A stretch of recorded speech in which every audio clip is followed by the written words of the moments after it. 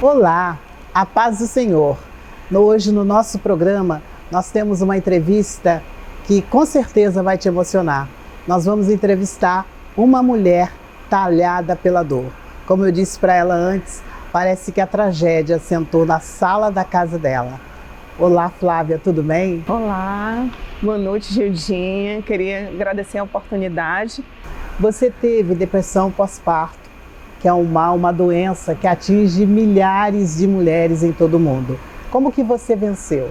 Eu comecei a desenvolver alguns sintomas de depressão pós-parto. O meu filho menor, Benjamin, que hoje está com o Senhor, tinha 5 meses já.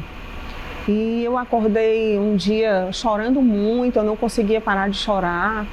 E assim, o meu tempo pós-parto do Benjamin foi um tempo assim de algumas preocupações, mas preocupações que não fugiram à normalidade. Então eu achava que era alguma preocupação, eu achava que era só algo ordinário, algo comum da vida. E só que piorou, eu comecei a sentir muita tristeza, comecei a sentir muita angústia, E sem um motivo específico, Só os problemas e as preocupações que vinham se acumulando durante esse tempo. Então, eu fui a uma consulta médica, E as pessoas que estavam mais perto, que me acompanharam, falaram assim: olha, Flávia, é uma depressão pós-parto. Embora o seu filho já tenha 5 meses, o médico diagnosticou como depressão pós-parto. E eu não tinha muita ideia, porque eu nunca tinha tido uma depressão anteriormente, E eu realmente fiquei totalmente estagnada na vida, nesse momento. Foi um momento de muita tristeza, de uma tristeza profunda, De muita apatia pela vida. E nesse tempo, assim, tinha muitas pessoas que se juntaram a mim em oração, que ficavam do meu lado, E como era bem fisiológico, mesmo por conta dos hormônios, do pós-parto, começou a ser administrada medicação em mim, E depois, quando a medicação começou a fazer efeito, eu comecei a melhorar e tudo, claro, com muita oração, com muito louvor, com muita oração, pessoas que estiveram comigo durante esse tempo, orando ali ao meu lado. E foi um momento assim muito difícil, porque eu tinha praticamente 2 bebês. O Benjamin tinha 5 meses e o Nathan não tinha nem 3 anos, que é o mais velho. Então tinha praticamente 2 bebês. E então, assim, era muita preocupação. Assim, meu Deus, meus 2 filhos, eu tenho 2 filhos, como é que eu vou cuidar, E Deus providenciou, Providenciou minha sogra para tomar conta, minha mãe. E quando eu estava superando assim, a depressão pós-parto, eu tive que voltar da licença maternidade a trabalhar no tribunal. E um pouco tempo depois eu fui exonerada do tribunal. Meu cargo era em comissão, E eu fui exonerada do tribunal. E foi um baque, E você, além da depressão pós-parto, você também teve um câncer de mama, Sim.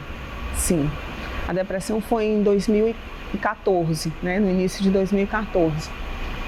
E em 2000 aí eu voltei, passei esse tempo assim sem trabalhar, foi um tempo assim de um pouco de aperto, Porque você está acostumado com aquele trabalho diariamente e de repente você não tem mais, Mas foi um tempo que eu dependi do Senhor mesmo, E as minhas orações eram sempre assim: Senhor, faz alguém lembrar que eu existo, que eu trabalhei já aqui, E o Senhor fez do jeitinho que eu falei. Um amigo, que hoje é meu amigo, mas antes era mais amigo do meu irmão até, ele lembrou que eu já tinha trabalhado no Tribunal de Justiça. E lembrou a desembargadora e ligou para mim, E disse: vem fazer um teste aqui, Vou fazer um voto, Para ver se o seu estilo se encaixa, com o estilo da desembargadora. E estou aqui eu, né, até hoje lá, né, foi uma bênção, né, e o Senhor fez conforme eu tinha orado, né, o Senhor faz alguém lembrar de mim, né. Mas e o câncer? Foi, na verdade, retrosigmoide, né, próximo ao intestino, né. No ano anterior, né, 2016, eu passei por um baque muito grande, talvez o primeiro grande baque da minha vida, né. O meu pai e a minha mãe estavam caminhando na praça, no Cocó, aqui em Fortaleza, e eles foram abordados por assaltantes. E o meu pai, eles tiraram um cordão da minha mãe, né? Minha mãe correu na hora, né? Ela ficou desesperada. E o meu pai não reagiu, eu pediu calma para eles e tudo, mas minha mãe ouviu só um tiro, né? Meu pai levou um tiro na perna que atingiu a femoral, né? A veia femoral. Foi só um tiro, mas atingiu a veia femoral. E ele faleceu na hora. Foi um baque muito grande, você está assim no trabalho, fim de tarde, receber aquela notícia, né? Ah, seu pai levou um tiro. Como assim, né? Meu pai levou um tiro. E era uma coisa assim muito absurda, que meu pai era a pessoa mais caseira de casa. Ele gostava muito de estar em casa, a saída dele era mais para caminhar e tudo, né? Para fazer o Cooper com a minha mãe, ou para fazer algum evento, alguma coisa. Então, foi muito chocante receber aquela notícia, eu estando lá ainda no tribunal, né? Fim de tarde. E quando eu cheguei no local, no caminho, né, eu já recebi a notícia de que ele não tinha resistido, meu pai. E quando eu cheguei lá, eu sem acreditar, aqueles cordões de isolamento, né, e o corpo do meu pai lá estirado no chão, com aquele paninho branco em cima, né. E eu achei inacreditável, né, inacreditável. E foi muito difícil, porque meu pai, assim, era uma referência para mim, era o meu braço forte. Eu sempre tive uma relação muito forte de pai e filha com ele. E era como se uma parte de mim já estivesse se desligando para a eternidade, né? Eu senti isso. Mas com relação, assim, e a família toda teve o apoio de pessoas muito amadas, assim, porque foi muito noticiado na imprensa, né? Teve muita repercussão na televisão pelo fato de meu pai ser um juiz aposentado, né? Então houve uma repercussão grande na imprensa, né? Então a gente recebeu o apoio de muitas pessoas, a gente pôde receber esse amor, né? Esse carinho, a família ficou muito amparada, muito comovida. Desses dois momentos que você já falou até agora, em algum deles você questionou Deus? Não, a partir do meu pai, assim, eu questionei por que tinha sido assim, né? Por que ele não pôde viver mais tempo aqui na Terra? Mas a minha fé, assim, o alicerce da minha fé não foi abalado. Eu continuei na minha rotina de ir à igreja, de orar, né? Eu não entendi, mas não chegou a me causar tantos questionamentos profundos, apesar da dor muito grande do vazio, né, que ele deixou. Mas, assim, não me deixou, assim, com a fé profundamente abalada. Apenas algumas questões normais, né? Porque eu imaginava que meu pai ainda ia viver, né? Para experimentar a bênção, né? De pertencer ao Senhor, né? De servir ao Senhor. Mas eu creio que Deus tinha um plano maior, né? Não chegou a abalar a minha fé. Na sua casa, só você é evangélica? Sim. E aí, isso foi em 2016, 8 de março, agora vai fazer 4 anos, né? Domingo agora, no Dia da Mulher. E no ano seguinte, né, em 2017, eu não sentia dores, mas eu sentia alguns sangramentos, né? Resolvi fazer um exame de rotina,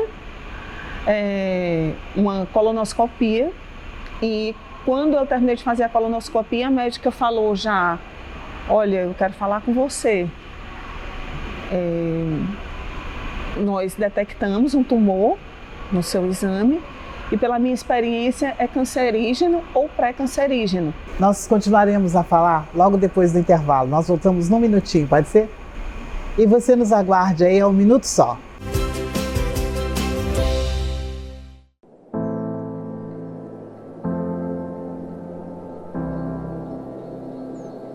We live in a world with so much hurt, many in physical pain, Alzheimer's, cancer, mental illness, addiction, or living with a chronic illness. Others shouldering the overwhelming weight of caregiving. People all around us are suffering. For millennia, people have turned to the Bible to find hope in the midst of endless suffering. And now, for the first time, there's a special edition, the Beyond Suffering Bible, created specifically for those who suffer and for those that love them and care for them. For nearly 50 years, I've lived in a wheelchair, and for many of those years, I have dealt with chronic pain. I know, I understand the heartbreak, the isolation, and the anguish, but I also know the joy that can come even in life's darkest hours. The Beyond Suffering Bible helps us grasp that God is near, with study notes, special features, devotionals, and profiles of others who have valiantly faced suffering. The Beyond Suffering Bible helps people grasp what true healing is all about, and it points them to passages that instill courage. God is good, no matter how harsh the suffering. Where struggles seem endless, God's hope is infinite. And the Beyond Suffering Bible highlights this wonderful truth.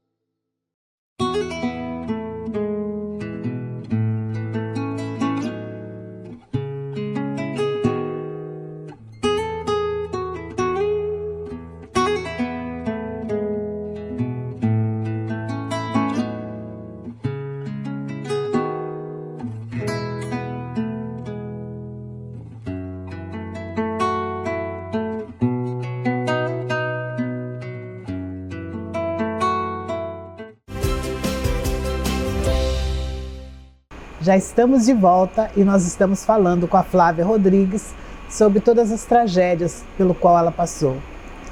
E Flávia, nós estávamos falando aí do câncer, né, que você...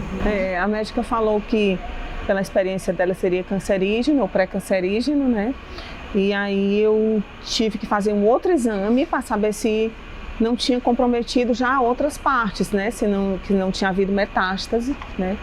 E foi um momento muito desesperador para mim, porque eu não tinha certeza, né, se já estava lastrado o câncer e não sabia se tinha atingido já outros órgãos, mas eu fui ao médico, me tranquilizei, né, procurei ficar mais tranquila, orar, e graças a Deus, à noite saiu o resultado que era localizado, mas eu precisava me submeter a uma cirurgia para retirada, e a médica me tranquilizou, falou que era um tipo de câncer que geralmente não era muito agressivo no corpo, né?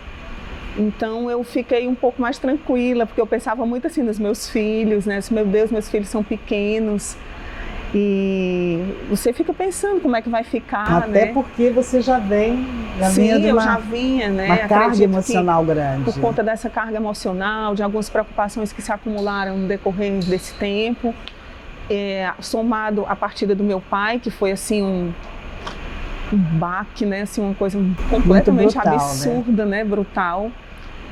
Então, eu acredito que tenha sido algo desse tipo, né? Algo que foi se acumulando, né? A sua dor não parou aí, né? Minha dor não parou aí. Ainda viria maior. Viria maior, que foi o seu filho, né? E daí eu operei e, graças a Deus, foi tudo tranquilo, né? Eu fui com muita fé que o Senhor ia prover uma recuperação rápida. E assim foi. Recuperação rápida.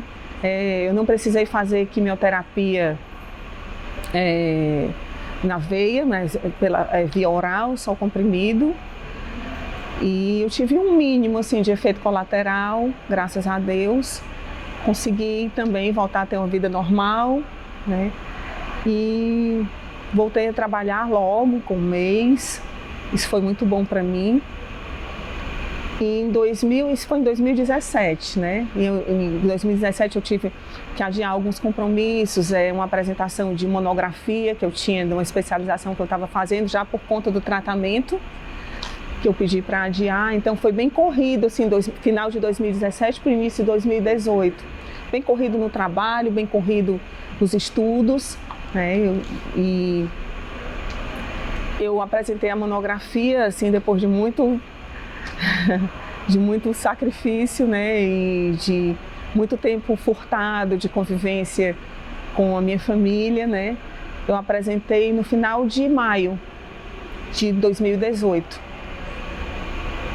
E quando foi em julho, era o final das férias dos meus filhos, e eu pedi uns dias de férias para estar com eles. Nós fomos para o Golfville, que fica aqui em Aquirá, no Eusébio, Aquiraz, Eusébio, aqui. E nós fomos, eu, meu marido e meus 2 filhos, e eles estavam muito felizes, meus filhos. Eles diziam: mamãe, você vai passar esses dias todos com a gente, né? Meus 2 filhos estavam assim, radiantes, né? Porque fazia tempo que eu não tirava férias, de fato, assim, de passar o dia inteiro com eles. E nós chegamos já no final da tarde, início da noite. Eles disseram: ah, mãe, nós não vamos tomar banho de piscina, nós vamos chegar tarde, não vai dar para tomar banho de piscina. Eu disse: dá, filho, nós vamos descer. E aí eu desci com eles, e eles muito felizes, muito eufóricos, né? E eu nunca esqueço da toalha deles. E eles disseram num dado momento assim: mamãe, eu quero sair, eu quero sair já. E eu disse: meu Deus, esqueci a toalha. E eu fiquei com muita pena, assim, de eles saírem no frio, né? Eu tive que pedir para eles esperarem para eu pegar a toalha. Eu disse: espera a mamãe aqui, que a mamãe vai pegar a toalha. E aí, quando eu voltei com as toalhas, nenhum dos 2 estava mais lá, nenhum dos meus 2 filhos. Então, eu comecei uma busca desenfreada. Eu voltei para o apartamento. Quando eu voltei para o apartamento, eu disse: cadê os meninos? Cadê os meninos? E o Natan tinha voltado para o apartamento, encontrou o apartamento, o mais velho, né, o meu filho mais velho, porque ele quis ir ao banheiro, né? E eu achei inusitado, assim, porque o meu filho tinha constipação intestinal, mas ele quis ir ao banheiro naquele momento. E aí eu disse: cadê o Ben? Ele disse: o Ben ficou lá. Quando ele disse: o Ben ficou lá, aí corremos atrás dele e gritamos, porque o local lá é bem grande, assim, um local muito bonito e muito grande, muito amplo, né? E eu procurei ao redor da piscina, foi aquela busca, né? Aquela busca desenfreada mesmo, gritando: bem, a mamãe está aqui, Benjamin. E eu não conseguia localizar o meu filho de jeito nenhum. Até que aí o Natan também, né, muito desesperadinho, né, meu filho mais velho. E até que passaram, os seguranças comunicaram no rádio que tinha encontrado. E o meu marido foi antes, né, correu, e eu fui atrás com o Natan, né, para chegar com o Natan lá. Aí quando eu cheguei lá, eu vi que tinha algo errado, porque eu vi muita gente, né, e o meu filho já estava na borda da piscina. Já tinham tirado ele da piscina. E daí a tentativa de ressuscitá-lo, né? Tinha alguns médicos no local.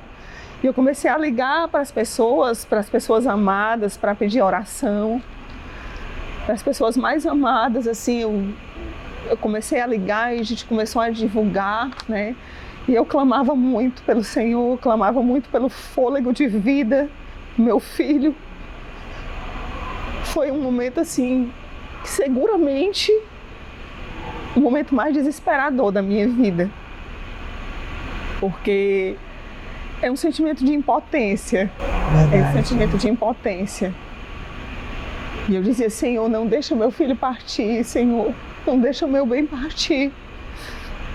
E eu pedia muito fôlego de vida para ele. Tinha muitas pessoas lá no local que se uniram a gente em oração. Né? O Natanzinho viu ainda, né, aquela cena, mas graças a Deus ele foi levado para um local mais reservado, né?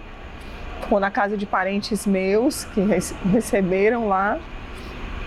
E ele ainda foi para o hospital, o Ben, né? Nós fomos, quando cheguei lá já estava as pessoas da igreja, amigos amados da gente, e clamando. Foi um clamor muito grande pela vida do meu filho, fora as pessoas que já tinham ouvido pelos grupos de WhatsApp, né? A igreja foi conclamada, a igreja do Senhor, né? Foi conclamada, a família muito amada, né? As pessoas estavam lá no hospital também. E a gente via alguns sinaizinhos de melhora nele, né? Isso, a altura dessa já era umas 10h30 da noite. Eu não tenho muita noção da hora naquele dia, né? Porque... E a gente recebeu alguns sinais de melhora. Ele tinha saído da sala de ressuscitação, tinha ido para a UTI. E era muito clamor, era muita entrega, muita oração. Mas assim, eu cria que o Senhor ia... devolver a vida. Devolver a vida do meu filho. Então, a gente estava com parentes lá que estavam acompanhando, que podiam entrar na sala onde ele estava, né? Porque eram médicos, pessoas muito amadas, né? Meu cunhado, minha cunhada e outras pessoas também, outros médicos amigos. E eles disseram, Flavinha, vai em casa tomar um banho, a gente dá notícia para você. Aí quando eu estava no carro para ir para casa, o meu irmão chegou no carro e balançou a cabeça e disse que ele não tinha resistido. O Ben tinha partido. E eu corri assim, tão desesperada, sabe? Alguém me segurou, eu caí no chão. E eu queria ir onde ele estava, porque eu acreditava que o Senhor podia ressuscitar ele naquele último momento. Eu sei que ele podia, mas não era o plano dele. Mas eu sei que ele pode. E ele não resistiu, né, mesmo. E foi tudo assim, muito desesperador, muito desolador, né? Aqueles momentos de velório, era inacreditável, né? Ver o corpo do meu filho, né? É muito brusco, muito violento, é uma dor muito violenta, né? Quantos anos tinha ele? Ele tinha 5 aninhos quando ele partiu. Ele tinha acabado de fazer 5 aninhos. Ele tinha feito 5 anos em dia 9 de julho e ele partiu dia 26 de julho. 26 para o dia 27. E aqueles momentos de velório, muita gente, né? Muita gente esteve, muita gente amada, né? Muita gente esteve lá dando apoio, orando, né? E o enterro foi assim muito chocante. Eu ainda consegui louvar ao Senhor só pela misericórdia dele, né? Naquele momento. Como é que ficou a sua fé? Aí a minha fé passou por um baque grande, né? Porque até então eu não tinha experimentado uma dor tão profunda mesmo, de abalar. A dor da partida do meu pai foi bem profunda, mas o meu coração ainda estava se recuperando, na verdade, dessa dor. Mas quando o Ben partiu, eu disse, meu Deus, eu me senti sem garantia, eu me senti sem chão, né? Eu me senti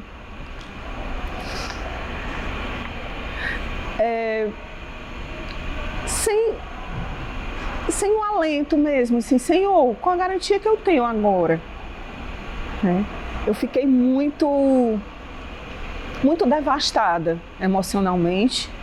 E nos momentos depois, as pessoas oravam muito, diziam, olha, Flavinha, eu estou orando por você. Né? Porque nesses momentos, tudo que as pessoas tentam falar para a gente não surte efeito. Não tem significado. Todas são explicações simplistas para algo que não consegue caber na explicação humana. Como você superou tudo isso, Flávia? Então eu continuei indo às minhas rotinas de ir para a casa do Senhor, né, embora algumas pregações, alguns louvores não faziam sentido para mim. Mas eu ia porque eu sabia que a palavra do Senhor falava, que é importante você estar em comunhão. E essa comunhão me fortaleceu muito. Essas pessoas amadas, pessoas que não tinham o que falar. Eu disse assim, Flavinha, eu não sei o que falar. Eu só quero dizer que eu estou orando. E aquele abraço, aquele carinho foi muito importante. As pessoas que nem me conheciam e oravam por mim. Isso é muito lindo, ver o mover de Deus, o amor de Deus através dessas pessoas.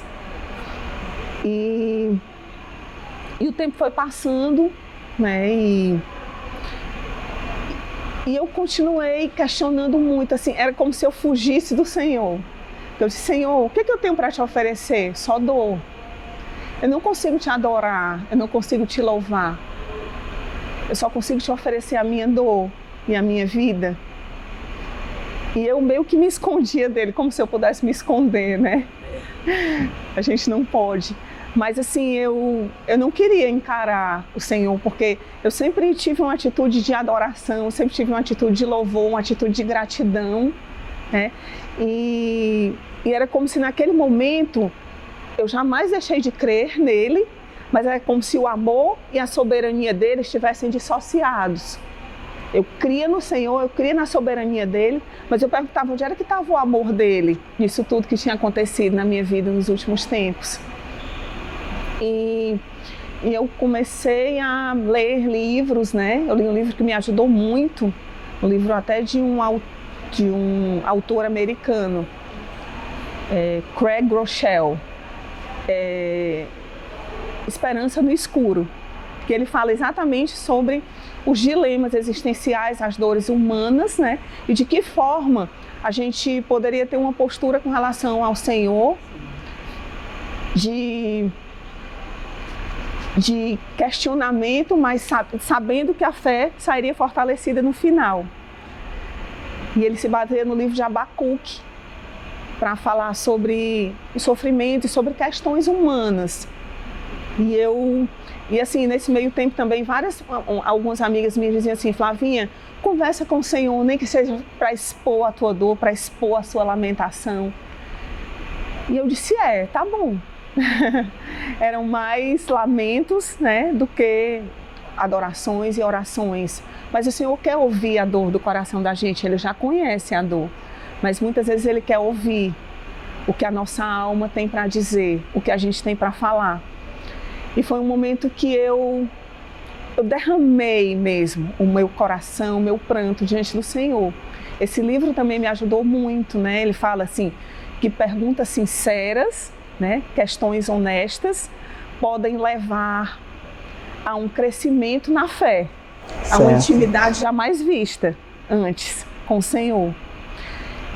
E eu comecei a perceber isso, mas o tempo foi passando e eu percebia que eu precisava me voltar para o Senhor. Foram colocadas algumas situações que eu me confrontei com uma Flávia tão triste, uma Flávia tão diferente.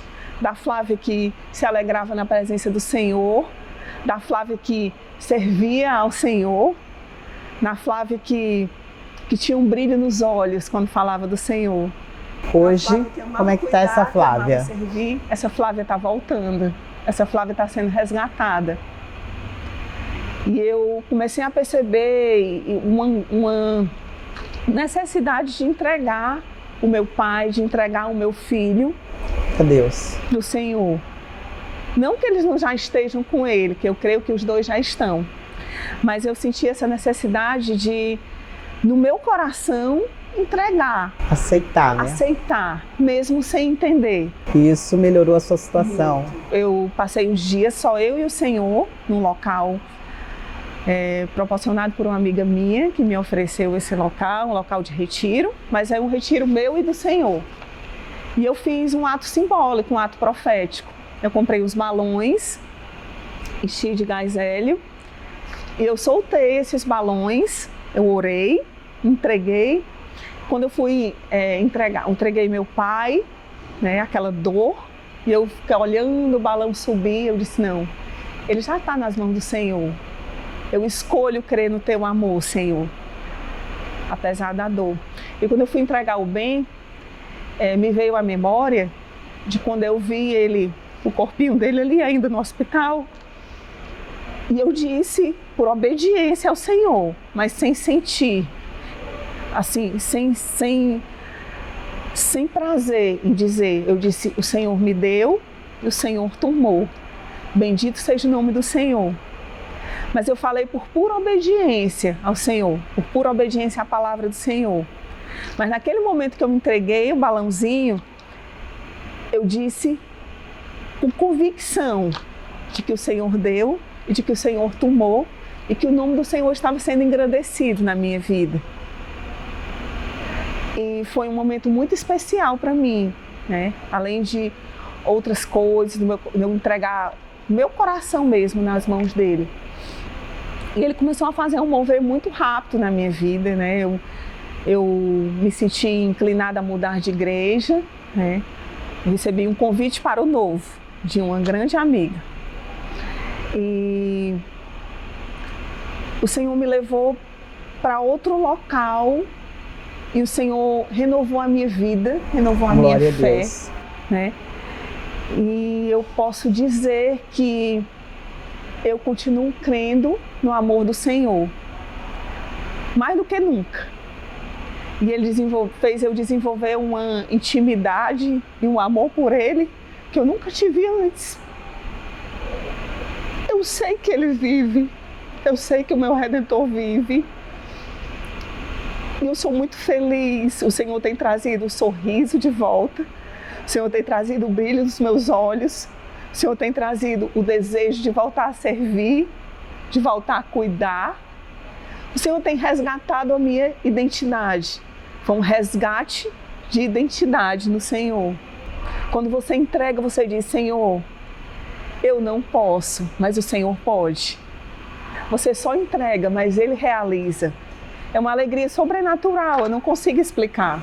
Amém, amém. Eu saí Flávia. de um lugar de questionamento para um lugar de uma nova identidade, de um resgate de identidade e de uma intimidade com o Senhor que eu nunca tinha experimentado antes. Uma dependência dEle, do amor dEle, e que eu não consigo explicar. Deus não cabe na nossa explicação humana. Eu não tenho todas as respostas, mas eu tenho uma convicção de que Ele me ama. Assim como uma amiga, quando o Ben faleceu, uma grande amiga falou assim, que estava orando ao Senhor, disse assim, e agora, Deus, o que é que eu digo para ela? Eu não tenho mais nada para dizer, o que é que eu digo para ela? Essa foi demais, né? O filho dela foi demais, né? E o Senhor falou assim, diga para ela que eu a amo. Eu disse, mas Senhor, diga para ela que eu a amo. E eu creio nesse amor. Eu creio nesse amor. E vou sempre crer. Eu nunca mais quero sair desse lugar. Na presença dEle. Glória a Deus por isso. Você não tem noção o quanto essa entrevista vai ajudar a edificar a vida de outras pessoas. Agradeço a oportunidade de poder ter falado contigo aqui no meu programa. Muito obrigada. Obrigada mesmo. Eu agradeço demais por essa oportunidade. Agradeço por você ter sido esse canal tão precioso. E você que esteve conosco, se gostou da entrevista, deixa seu like e compartilhe. Eu tenho certeza absoluta que muita gente vai ficar edificado com a história da Flávia. Eu volto em outra oportunidade. Eu te espero aqui. Deus abençoe a sua vida.